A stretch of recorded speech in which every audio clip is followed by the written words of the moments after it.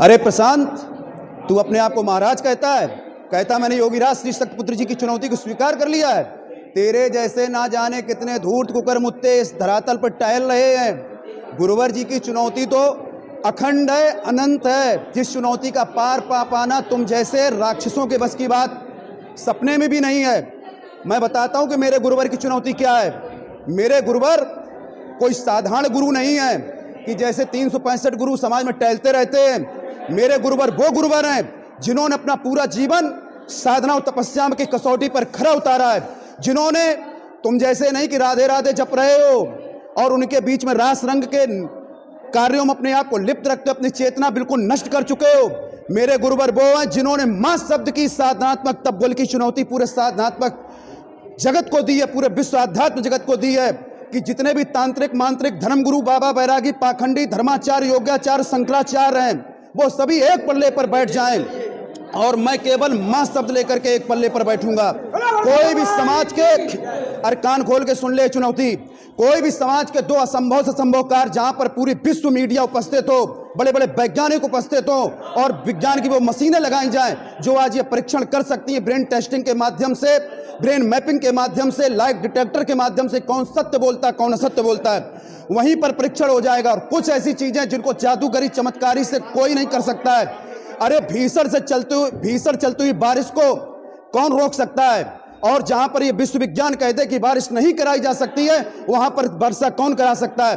कौन परकाया प्रवेश कर सकता है? किसके पास बाघ सिद्धि है? किसने अपनी कुंडली शक्ति से इतना के सातों चक्र जागृत किए हैं? किसने अपने आध्यात्मिक शक्तियों को इतना प्रबल किया है कि माता आज शक्ति जगत जननी जगदम्बा के पूर्ण प्रत्यक्ष दर्शन मेरे गुरुदेव जी ने प्राप्त किए। जब चाहे जहां चाहे वो आज शक्ति जगत जननी जगदम्बा के दर्शन प्राप्त कर सकते हैं, प्रतिपल दर्शन प्राप्त करते हैं। माँ उनके हृदय में वास करती है और माँ गुरुवर के हृदय में वास करते। तू राधा जी के बारे में बात करता है।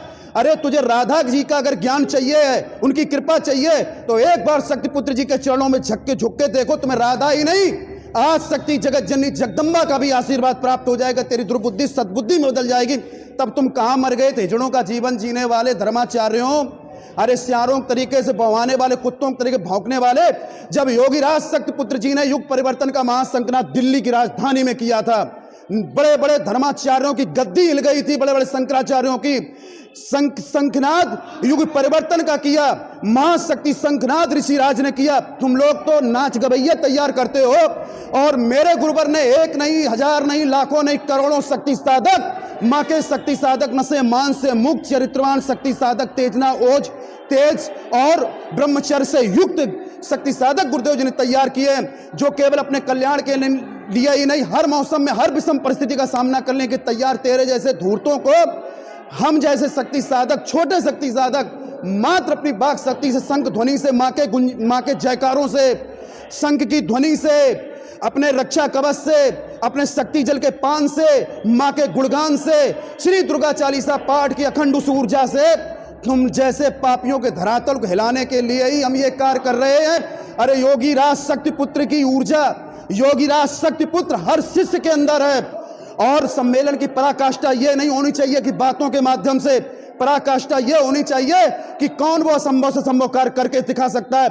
अरे मेरे गुरुजी कहते नहीं, अगर उनके लिए हम लोग अगर सर झुकाते, सर कटाने के लिए तैयार हैं, तो मेरे गुरुवर भी अपनी ऊर्जा ममत्व प्रतिपल अपने शिष्यों के साथ लुटाते हैं। उन्होंने विश्व में वो कार्य करके दिखाए हैं कि जिन कार्यों की यदि कल्पना कर दी जाए तो तुम्हारी पैंट गीली हो जाएगी, धूर्त कहीं के पागल। अरे अपना जीवन संभाल लो, एक बार उस सिद्धाश्रम धाम में जा करके मां के चरणों में झुक के देखो। उन्होंने सही तो कहा है, राधा जी ने किया ही क्या है।